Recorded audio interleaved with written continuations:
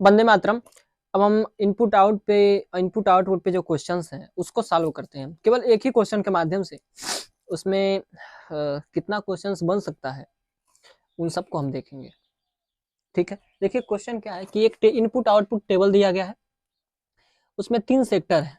आप इसका एक स्क्रीनशॉट ले, फिर हम बताते हैं। इसका स्क्रीनशॉट ले, फिर देखिए इसमें 3 सेक्टर हैं, एग्रीकल्चर, पावर और इंडस्ट्री। तो हम इसे ABC मान लेते हैं। ठीक है, उसके जो फाइनल डिमांड है वो इतना है 30, 250 एंड 120। या final demand F1, F2 and F3 भी लिख सकते हैं इसको, सॉरी। इसके बाद देखते हैं कि एग्रीकल्चर है वो बनाने के लिए, अर्थात जो इसका जो फुल बनाने के लिए जितना बना रहा है उसको उत्पादन की कितनी किसकी आवश्यकता है, एग्रीकल्चर की, मतलब खुद से 20 की। और बी से इंडस्ट्री से कितनी की आवश्यकता है, 100 की। और सी से अर्थात पावर से 30 की आवश्यकता है। और लेबर की 0.5 आवश्यकता है। ठीक, अब इसके अलावा आप अगर देखें तो ये प्रोडक्शन फंक्शन को बता रहे हैं। अब अगर मान लीजिए हम रो वाइज देखें डिमांड एंड सप्लाई को, इसमें जो एग्रीकल्चर है वो खुद को 20 बेच रहा है, 100 बेच रहा है इंडस्ट्री को, 50 पावर को और 30 दे रहा है फाइनल डिमांड, अर्थात जो final demand house hold sector है उसको। तो टोटल आउटपुट कितना हो गया, 200। इस प्रकार से तीनों सेक्टर इसी प्रकार से दिए गए हैं। अब हम क्वेश्चंस को हल करने की कोशिश करेंगे। क्वेश्चन नंबर, कितना क्वेश्चन बन सकता है, क्वेश्चन नंबर 1 हो सकता है कि आपसे पूछ ले कि टेक्नोलॉजी मैट्रिक्स ज्ञात करिए।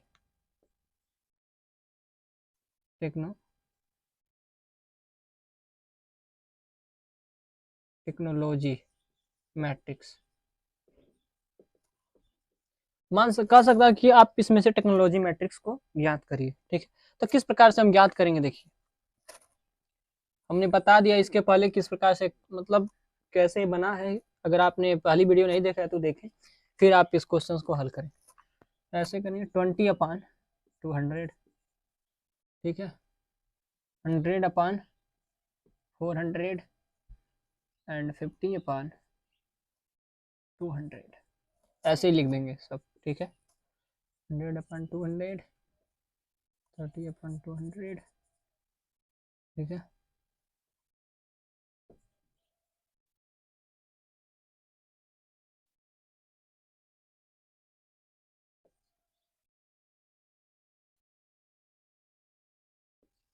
ठीक है, इस प्रकार से ये हमारा टेक्नोलॉजी मैट्रिक्स बन गया। अब अगर इसको आप सॉल्व कर दिए, जैसे ही सॉल्व करेंगे आपका बन जाएगा टेक्नोलॉजी मैट्रिक्स। ठीक है, निकल जाएगा। तो क्या होगा देखिए, अब हम इस प्रकार से टेक्नोलॉजी मैट्रिक्स हो गया। बस आप इसको सॉल्व कर दें। यहाँ पे देखिए 50 है, ये 50 है, ये भी 50 है। ठीक है, तो इस प्रकार से बन गया। आप एक इसका स्क्रीनशॉट ले लें। क्वेश्चन नंबर 1 है ये टेक्नोलॉजी मैट्रिक्स। अब हम इसको कैसे लिख सकते हैं, इसके जगह पे क्या लिख सकते हैं, अब इसको हल जब 200 से भाग देंगे 20 में, 400 से भाग देंगे 100 में, तो आ जाएगा हमारा आंसर। टेक्नोलॉजी मैट्रिक्स ज्ञात हो जाएगा। देखिए कैसे बन जाएगा, तो आंसर हमारा कैसे बन जाएगा, फिर कैसे बनेगा देखिए 0.1, 0.25, ठीक है, यहाँ पे भी 0.25,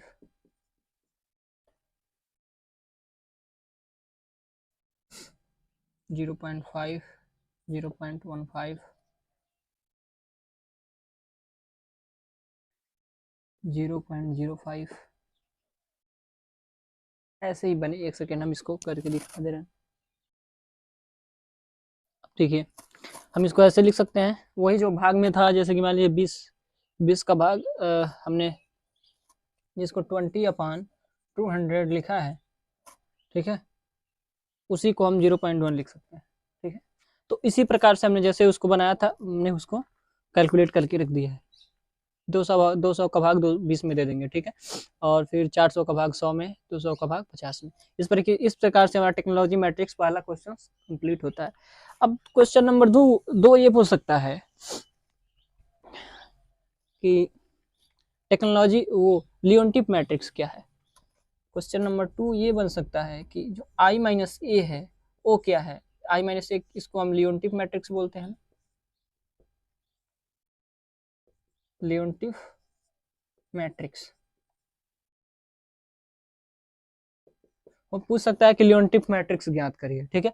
अब लियोनटिफ मैट्रिक्स कैसे ज्ञात करेंगे, हमने बताया है कि जो हमारा जो क्वेश्चन से जो हमारा आंसर आया था उसको आई क्या है, आइडेंटिटी मैट्रिक्स, तो केवल 3 है तो हम केवल 3 लेंगे, 1 0 0 0 1 0 एंड 0 0 1। इससे जो हमारा वैल्यू आया है ये निकला है, इट इज आई, और ये ए है, ठीक है, टेक्नोलॉजी मैट्रिक्स। इससे अगर हम भाग दे देंगे उसका तो आ जाएगा, ठीक है। हम इसको कैसे लिखना है, इससे हम भाग देंगे जितना आया है, ठीक है। इसके लिए 0.25 0.25 0.25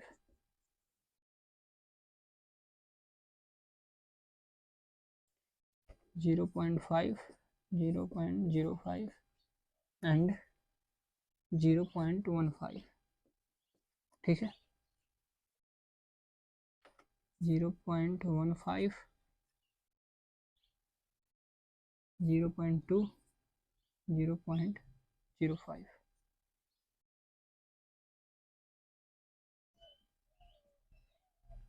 अब देखिए, अब अगर इसको आपने सॉल्व कर लिया, जो आइडेंटिटी मैट्रिक्स है आई से दिखाते हैं, जो टेक्निकल मैट्रिक्स है इसे ए से दिखाते हैं।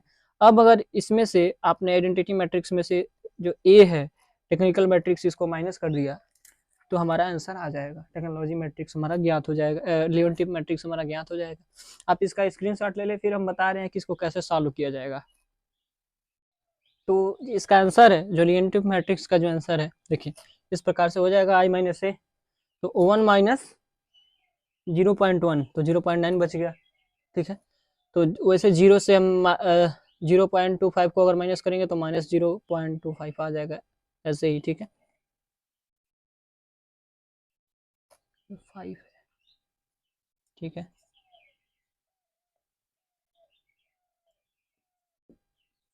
जीरो 0.95 इस तरीके से आ जाएगा, ठीक है।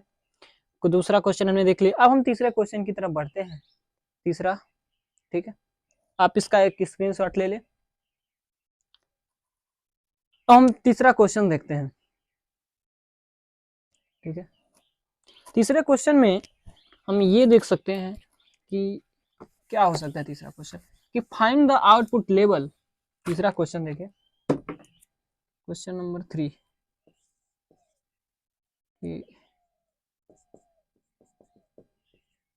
Find the output level for 3 sector. तीसरे सेक्टर के लिए आउटपुट लेवल ज्ञात करना है, तीनों सेक्टर के लिए, ठीक है। अब हमने इसका क्वेश्चन बताया है कि अगर एक्स का मान पूछ रहा है तो एक्स का मान बताने के लिए क्या करना पड़ेगा, हमें निकालना पड़ेगा आई माइनस ए इनवर्स और एफ, ठीक है। अब हमारा एफ दिया है, देखिए F1 F2 F3, लेकिन हमें आई माइनस ए निकालना होगा, आई माइनस ए इनवर्स। तो इसको कैसे निकालेंगे, हम तीसरे जो हम इसको करके दिखा रहे हैं, हमको इसको मिटाना पड़ेगा क्वेश्चंस को। आप, आई होप आपने इसका स्क्रीनशॉट लिया होगा, ठीक है। आप इसका स्क्रीनशॉट लें और फिर आप इस क्वेश्चन को रखें और फिर हम आप इसको तीसरा क्वेश्चन हम इसको बता रहे हैं, find out the optimum level of output for 3 sector. तो कैसे निकालेंगे, तो उसके लिए जो आई माइनस ए हमने बताया कि हम आपको इनवर्स निकालना होगा, सबसे पहले आई माइनस ए इनवर्स निकालना होगा। आई माइनस ए इनवर्स निकालने का फार्मूला क्या है, तो adjoint of I minus A and mod I minus A, ठीक है। आप देखिए, आप इसका एक स्क्रीनशॉट लें, तो एडजॉइन ऑफ आई माइनस ए और मोड आई माइनस ए, इसको अगर आप निकालेंगे, निकालने के लिए हमें क्या करना होगा, हमें को फैक्टर निकालना होता है, को फैक्टर। को फैक्टर को सी से दिखाते हैं, तो C11 C12 C13 and C21 C31, इस तरीके से आप निकाल लें, ऐसे, ठीक है। और इसका जो चिन्ह बनता है, देखिए ये माइनस प्लस के साथ होता है, तो ऐसे होता है, ये देखिए plus minus plus minus plus, ठीक है, इस तरीके से होता है। को फैक्टर निकालने के लिए C11 प्लस के साथ रहता है, C12 माइनस के साथ रहता है, C13 प्लस के साथ रहता है। और हम इस मतलब ये रहता है, लेकिन हमने इसको अलग से लिखा है, इसको लिखा है फिर अलग से लिखा है। जब इसमें गुणा करेंगे तो फिर वही चीजें आ जाएंगी, ठीक है। क्योंकि जो यहाँ पे जो कोफिशिएंट रहेगा हम उसको गुणा करेंगे, ठीक। अब C11 निकालने के लिए क्या करते हैं, देखिए C11 कैसे निकालें। C11 निकालने के लिए आप देखिए, ये C11 मतलब को फैक्टर ऑफ 1 कॉलम और फर्स्ट कॉलम और फर्स्ट रो का निकालना है। तो हम क्या करेंगे, जैसे ही अगर इसका निकालना है C11 का, तो हम कॉलम 1 और कॉलम 1 और रो 1 दोनों को हम इग्नोर करेंगे, ठीक है। इग्नोर करेंगे और केवल जब इग्नोर कर देंगे दोनों को, तो क्या बचेगा, हमारा ये बचेगा, कितना बचेगा। तो अब हम क्या करेंगे, इसका गुणा इसमें करेंगे, इसका गुणा इसमें करेंगे 0.95, सॉरी ये यहाँ पे ऐसे नहीं है, एक सेकंड,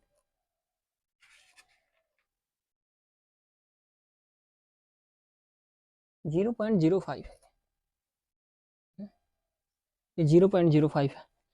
तो 0.95 का गुणा हम करेंगे 0.05 में, और इसको घटा देंगे किससे, 0.2 का गुणा करेंगे और 0.15 का गुणा करके गुणा करेंगे। तो जब इसका गुणा करेंगे कैसे करेंगे, देखिए जब इसका गुणा करेंगे जी ऐसे गुणा करेंगे कि -0.2 इंटू -0.15, इसका गुणा करेंगे ऐसे, और जो आएगा उसको हम यहाँ पे C11 के जगह पे रख देंगे, ठीक है। इसको हम ऐसे लिख दे रहे हैं, फिर हम आपको समझा रहे हैं। ए इनवर्स, तो I minus A inverse equal to होता है adjoint of I minus A and mod I minus A. आप पहले इसका एक स्क्रीनशॉट ले लें, फिर समझा रहे हैं। अब देखिए, अब एडजॉइन आई माइनस ए अर्थात A D J and I minus A, अगर हमें इसको निकालना है, एडजॉइन आई माइनस ए को निकालना है, तो हमें सबसे पहले क्या करना होगा, हम सबसे पहले इसको अगर निकालना है तो सबसे पहले हमें कोफैक्टर ऑफ मैट्रिक्स निकालना होगा। मैट्रिक्स का कोफैक्टर निकालने के लिए देखिए C11, C12, C13, C14 सबका सारे कोफिशिएंट का निकालना है हमें कोफैक्टर, तो हम ऐसे लिख देंगे। और ये एक चिन्ह के साथ रहता है, माइनस प्लस के साथ। तो C11 प्लस के साथ रहता है, C12 माइनस के साथ रखता है। तो हमने एक्चुअली में इसका जो माइनस प्लस का साइन है हमने इसको अलग रख दिया है, लिख दिया है, और फिर C11 C2 वगैरह रख दिया है। फिर बाद में हम क्या करेंगे, इसका उसमें गुणा कर देंगे, तो हमारा कोफैक्टर ऑफ मैट्रिक्स निकल जाएगा, ठीक। अब जो हमारा आई माइनस ए निकला था, लियोनटिफ मैट्रिक्स ये था। अब कोफैक्टर निकालने के लिए हमें क्या करना होगा कि जो हमारा ये फंक्शन है C11 निकालने के लिए, अर्थात ये है ना C11, A11 का जो हमें निकालना है कोफैक्टर, तो उसे हम C11 निकालना है, A11 का C11 निकालना है। जब C11 निकालेंगे तो क्या करेंगे, इस एक रो जो C11 है, तो पहला रो और पहला कॉलम, जो पहला रो है ये है, पहला रो ये है, पहला कॉलम ये है, तो दोनों को इग्नोर करते हैं, दोनों को इग्नोर करते हैं, और जो बाकी बचता है उसका हम आपस में गुणा करते हैं। 0.95 का गुणा 0.95 में जब करेंगे, 0.95 में करेंगे, और इसका माइनस कर देंगे, -0.2 का गुणा करके -0.2 इंटू -0.15 इसका गुणा कर देंगे, और फिर जो बचेगा उसका हम यहाँ पे लिख लेंगे, बचेगा 0.87, ठीक है। तो इसको हम यहाँ पे लिख देंगे, और फिर इसी प्रकार से C12 जब C12 का निकालेंगे, जैसे मान लीजिए C12 का निकालना है, तो C12 को निकालने के लिए हम पहला रो है तो पहला रो को हम इग्नोर करेंगे, दूसरा कॉलम है तो दूसरे कॉलम को हम इग्नोर करेंगे। जब पहला रो और दूसरा कॉलम निकलेगा, जैसे मान लीजिए पहला रो है इसको हम इग्नोर कर देंगे, और दूसरा कॉलम बचा ये, तो इसको हम इग्नोर कर देंगे, तो बचा क्या, तो बच जाएगा,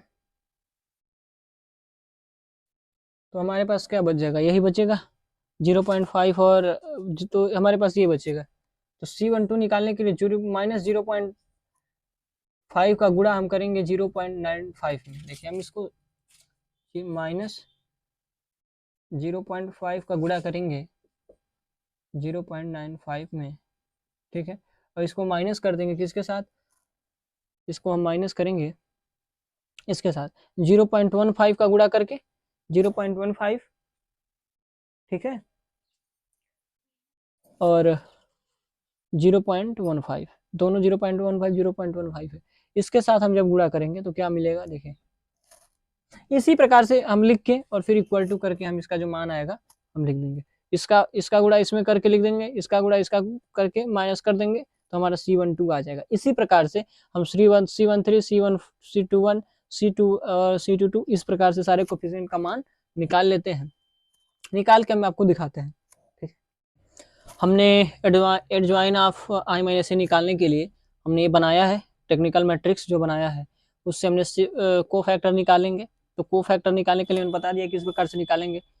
ठीक है, और हमने उसका जो मान है, हमने जो C11, C12, C13 सबका मान हमने रख दिया है मैट्रिक्स में, C12, C11, C12। अब देखिए इसका क्या करेंगे, हम इसका जो चिन्ह है इसके साथ इसका गुणा कर देंगे। तो अगर प्लस के साथ C11 का गुणा प्लस में करेंगे तो प्लस के साथ 0.87 आ जाएगा, माइनस के साथ हम अगर माइनस 0.4 में करेंगे तो माइनस माइनस प्लस हो जाएगा, तो 0.4 हो जाएगा।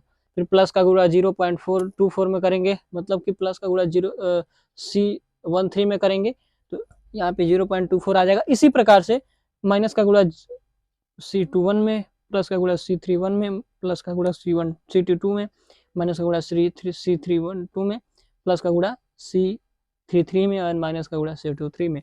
ऐसे ही करेंगे सारा जो मटेरियल है यहाँ इसमें अगर इसका गुणा करेंगे तो ये सारी चीजें आ जाएंगी, ऐसे ही आ जाएगा। ठीक है, और ऐसे आने के बाद अब हमारा क्या निकल गया, अब हमें निकालना है, अभी ये को फैक्टर निकला है। अब को फैक्टर से हम ADJ I माइनस ए निकालेंगे, adjoin of I minus A. ठीक, अब ये प्रोसेस था एडजॉइन ऑफ I माइनस ए निकालने का। ठीक है, तो हम निकालते हैं।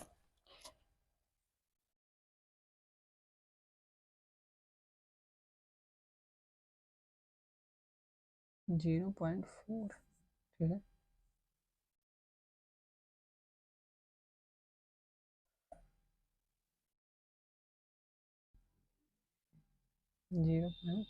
ठीक है। अब एडजॉइन ऑफ निकालते हैं, तो एडजॉइन ऑफ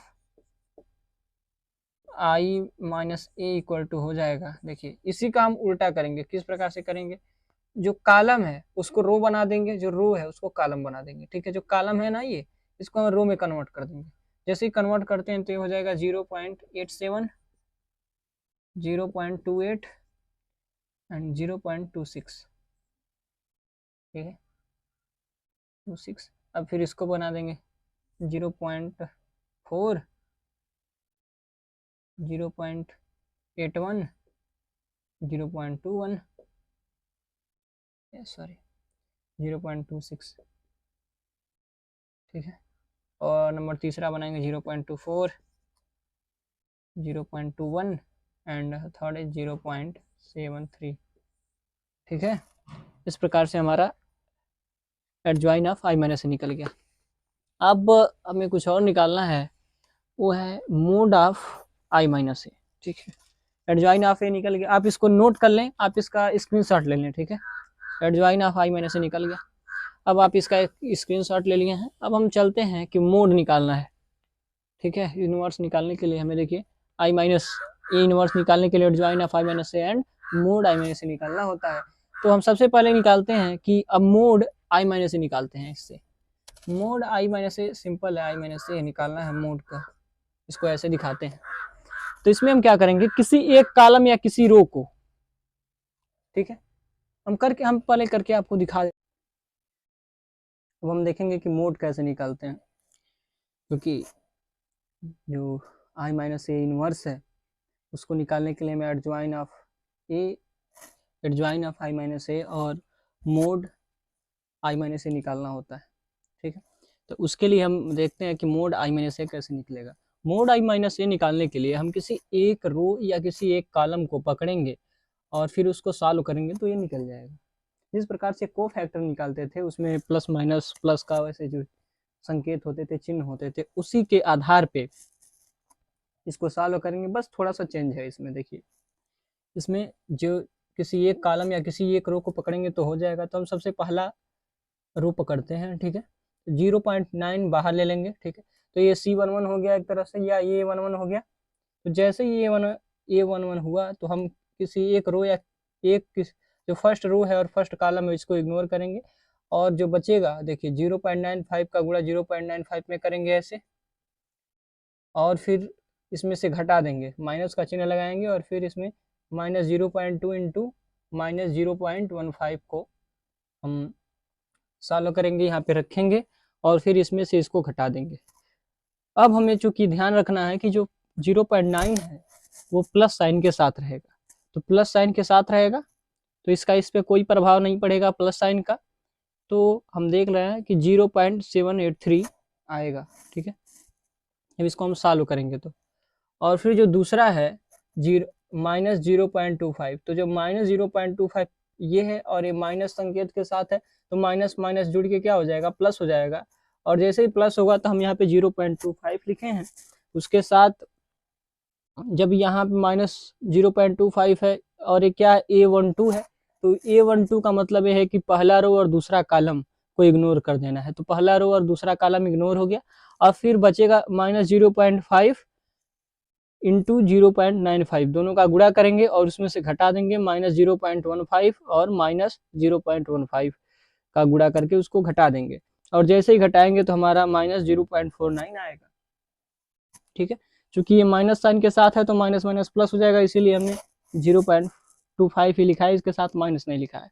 अब इसके अलावा जब इसको सॉल्व करेंगे तो -0.125 आएगा, 122 आएगा। ठीक है, अब तीसरा है -0.25 है, तो -0.25 है तो इसको हम बाहर करेंगे, क्योंकि ये प्लस साइन के साथ है तो ये माइनस पे कोई प्रभाव नहीं डालेगा। और फिर हम जिस प्रकार से हमने किया है कैलकुलेशन उसी प्रकार से 1 3 है तो पहला रो और तीसरा कॉलम को इग्नोर करेंगे, तो जो बचेगा उसका कैलकुलेशन करके यहाँ पे हमने लिख दिया है। उसके बाद ये जो तीनों वैल्यू आया है हम इसको जोड़ देंगे, जैसे ही जोड़ेंगे तो ये इस प्रकार हो जाएगा 0.783 -0.122 -0.06, और जब हम इसका कैलकुलेशन करेंगे तो 0.601 आएगा और ये हमारा वैल्यू होगा, दैट इज मोड I-A। ठीक है, आप एक इसका स्क्रीनशॉट ले लें।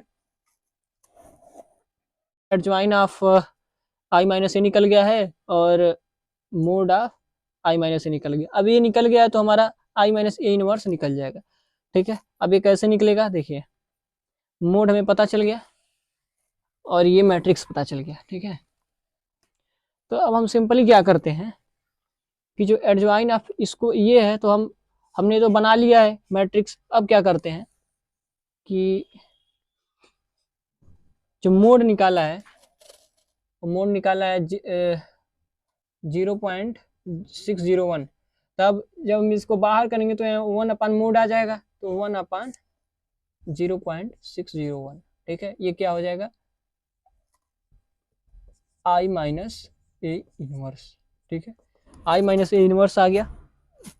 अब हम सिंपली क्या करेंगे कि जो ये है अर्थात 1/0.601 इसका गुणा हम 0.9 में करेंगे, और यही 1/0.601 का जो गुणा है वो सारे कोफिशिएंट में करेंगे। जब सारे कोफिशिएंट में करेंगे फिर उसका कैलकुलेशन करके जब रख देंगे तो I-A इनवर्स निकल जाएगा। ठीक है, कैसे, हम एक तरह से आपको दिखा दे रहे हैं थोड़ा सा कि हम क्या करेंगे कि इसका गुणा कर देंगे, तो 0.9 इंटू 1/0.601। अब फिर इसका निकालेंगे तो -0.25 इंटू 1/0.601, और इसका निकालेंगे तो -0.25 अब इंटू 1/0.601। ठीक है, इसी प्रकार से हम सबका निकालेंगे, और जब सबका निकालेंगे तो आप क्या कर सकते हैं, इसको देखिए, इसका गुणा इसमें करेंगे तो क्या हो जाएगा 0.9/0.601। अब इसका जब कैलकुलेशन करेंगे, जब इसका भाग दे देंगे इसमें, तो जो मान आएगा वहां पे लिख देंगे। अब सबका इसी प्रकार से करेंगे और जो मान आएगा लिख देंगे, तो वो क्या हो जाएगा, I-A इनवर्स हो जाएगा। देखिए हमने जैसे कहा था I-A इनवर्स निकालने के लिए हमने उसे कैलकुलेशन करके इसमें रख दिया है मैट्रिक्स में। आप इसका एक स्क्रीनशॉट ले लें। अब क्या करेंगे, हमें तो ये I-A निकल गया, तो हमें जो x है अर्थात आउटपुट को निकालने के लिए हमारा जो एक फार्मूला था f। ठीक है, तो x को निकालने के लिए जो फार्मूला था I-A इनवर्स एंड f, तो हमें f का मान दिया हुआ है मैट्रिक्स में, अगर आप देखेंगे तो f का मान दिया हुआ है, और I-A निकल गया है I-A इनवर्स। तो अब इससे हम गुणा कर देंगे f का, तो f 3 है तो 3 ठो f है, F1 F2 F3, तो तीनों को रख देंगे, ठीक है। वो क्या है 30। आप उसको देखें, मैट्रिक्स को देखें, उसमें 250 एंड 120, ठीक है। तो आप मैट्रिक्स को देख के इसमें लिखें कि जो फाइनल डिमांड था वो ऐसे था, F1 F2 F3 का मान हमने लिख लिया है। अब क्या करेंगे, अब सिंपली हमें कुछ नहीं करना है। अब हमें क्या करना है कि I माइनस ए इनवर्स है और ए का मान दे दिया गया है, एफ का मान, और जैसे ही एफ का मान दिया गया है तो अब हम इसका अगर गुणा कर देंगे तो हमारा एक्स का मान निकल जाएगा। अब चूंकि एक्स 3x है तो हमें x1 x2 x3 को निकालना है। तो x1 निकालने के लिए हम क्या करेंगे, देखिए ध्यान से, x1 इक्वल टू 30 का गुणा इसमें करेंगे तो 1.44 इंटू 30, ठीक है। इसको जोड़ देंगे और फिर 0.46 है, 0.46, इसका गुणा हम 250 में करेंगे, फिर हम प्लस करके 0.43, इसका गुणा हम 120 में करेंगे, जो आएगा वो x1 का, x1 मतलब आउटपुट होगा x1 का, ठीक है। अब x2 के लिए हम क्या करेंगे, बस ऐसे सिंपली 0.66, इसीलिए हमने कॉमन लिया था, x1 को कॉमन लेके हमने इस तरफ इसलिए लिखा था क्योंकि हमें इसी तरह से बनाना था, इसीलिए हमने F1 को भी वहां पे लिखा है, F2 F3 को लिखा है, ठीक है। अब 0.66 into 30 plus 1.34 into 250 plus 0.43 into 120, और इसी प्रकार से x3 का भी लिख देंगे 0.39 इंटू, ऐसे ही लिख देंगे, ठीक है।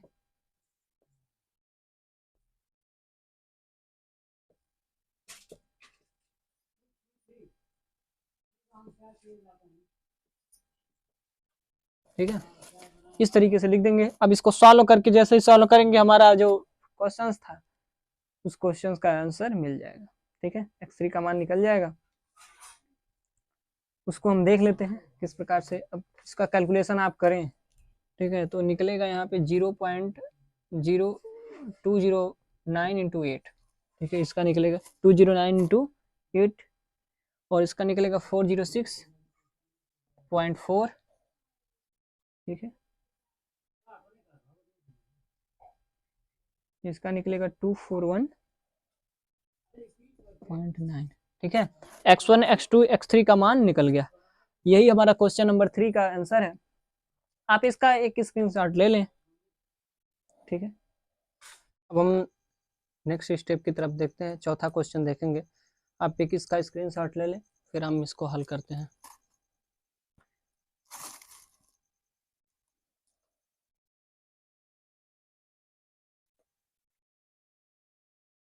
इस दौर में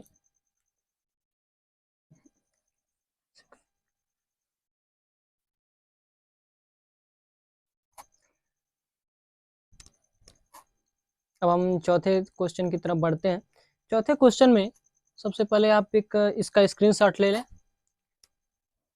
उसके बाद हम इसको हल करते हैं। देखिए क्वेश्चन नंबर ये है कि अगर if final demand C change into 120 million, देखिए 125 मिलियन, ठीक है। सी जब 125 million then find optimum output, उस समय अगर सी चेंज हो जाए इन, देखिए अब 125 है तो हम, इसका मतलब ये है कि 120 मिलियन से 125 मिलियन हो गया है, मतलब 5 बढ़ा है।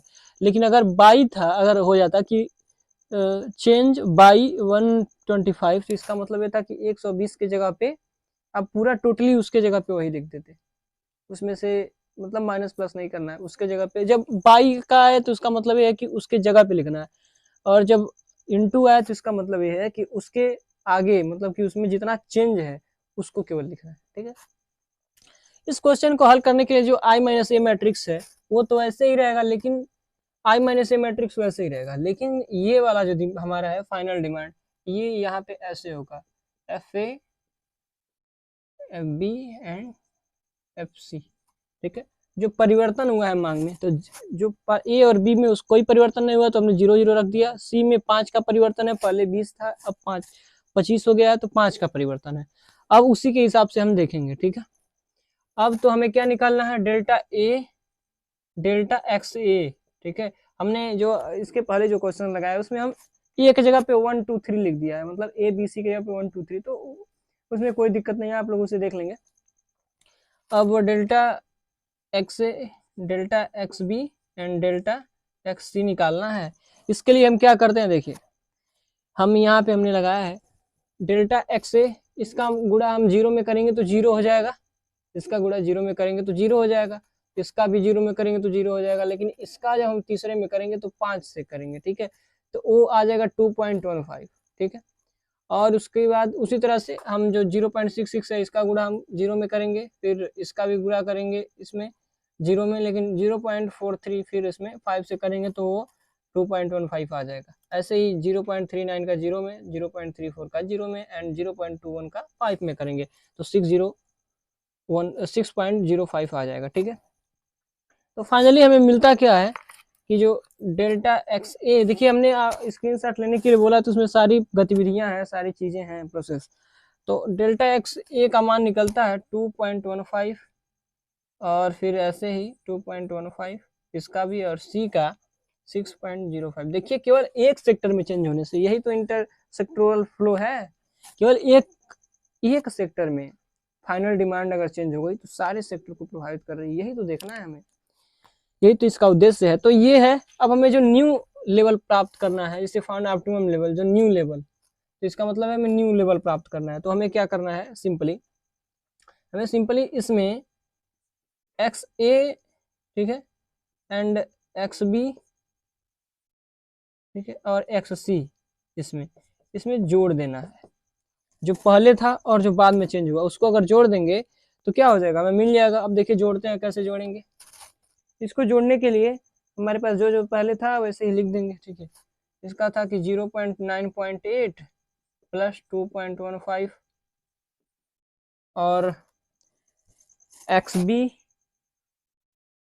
का तो 406.4 प्लस 2.15 और एक्स सी का था 241.9, ठीक है, 241.9 प्लस 6.05। अब इसको हम जोड़ देंगे, जैसे ही जोड़ेंगे हमारा आंसर आ जाएगा। जो न्यू लेवल ऑफ प्रोडक्शन है, ऑप्टिमम लेवल, जो नया ऑप्टिमम लेवल है उसका हमें पता चल जाएगा x1 की मात्रा कितनी होनी चाहिए, एंड वो हो जाएगा 211.95 211.95 और उसके बाद 408.55 एंड थर्ड 247.95। देखिए अब इस तरीके से हमारा जो नया लेवल है हमें मिल गया, नया ऑप्टिमम लेवल। क्वेश्चन नंबर 4 हो गया, देखिए ऐसे ही होगा, आप इसका भी एक स्क्रीनशॉट ले लें। अब हम 5वें क्वेश्चन की तरफ बढ़ते हैं। 5वें क्वेश्चन में हम क्या देखेंगे, अब हम ये देखेंगे कि अगर मान लीजिए चेंज हो जाता है, जो अब तक जितना उत्पादन हुआ है उसमें अगर लेबर की कितनी रिक्वायर्ड होगी, एक इंडस्ट्री जो तीनों उत्पाद, जिसमें तीनों यूज हो रहा है, तीनों सेक्टर यूज हो रहा है, तो उसमें कुल लेबर की आवश्यकता कितनी होगी। तो लेबर की आवश्यकता देखिए हमने पहले ही दिया है, लेबर की आवश्यकता, ठीक है। लेबर की आवश्यकता निकालने के लिए, कितनी लेबर की आवश्यकता है, उसके लिए हम एक फार्मूला का यूज करते हैं। देखिए क्वेश्चन नंबर 5 कि हमें क्या करना है कि find the required labour for industry, मतलब पूरे इंडस्ट्री के लिए हमें लेबर निकालना है, ठीक है। तो सर इसका देखिए क्या करना है, तो इसका जो सिंपली फार्मूला होता है x1, या हम इसको लिख सकते हैं xa, ठीक है, xb एंड xc, इसका हम मल्टीप्लाई किस में करेंगे, L1 L2 एंड L3। इसमें अगर मल्टीप्लाई कर देंगे तो देखिए L1 का मल्टीप्लाई XA से कर देंगे, या इसको हम LA भी लिख सकते हैं, LB भी, इस तरीके से 1 2 3 या ABC जैसे दिया वैसे लिख सकते हैं। तो L1 का मल्टीप्लाई अगर इसमें कर देंगे ना XA में, तो हमारा निकल जाएगा XA के लिए कितना रिक्वायर है लेबर। X2 का अगर मल्टीप्लाई XB में कर देंगे तो इसका भी पता चल जाएगा कि B दूसरे सेक्टर के लिए लेबर की रिक्वायरमेंट कितनी है। और अगर तीसरे जो L3 है इसका अगर मल्टीप्लाई XC में कर देंगे तो इसके लिए पता चल जाएगा कितनी है रिक्वायर्ड लेबर। अब और जब इन तीनों को जोड़ देंगे तो हमें पूरे इंडस्ट्री के पता चल जाएगा कि पूरे इंडस्ट्री के लिए लेबर की आवश्यकता कितनी है। तो हमारे पास देखिए जो इसका मान था वो था 0.5। L1 बराबर, अगर आप तालिका देखें तो तालिका में आप देखें कि L1 इक्वल टू है 0.5, ठीक है। L2 इक्वल टू कितना है 0.6, L3 इक्वल टू है 0.8, ठीक है।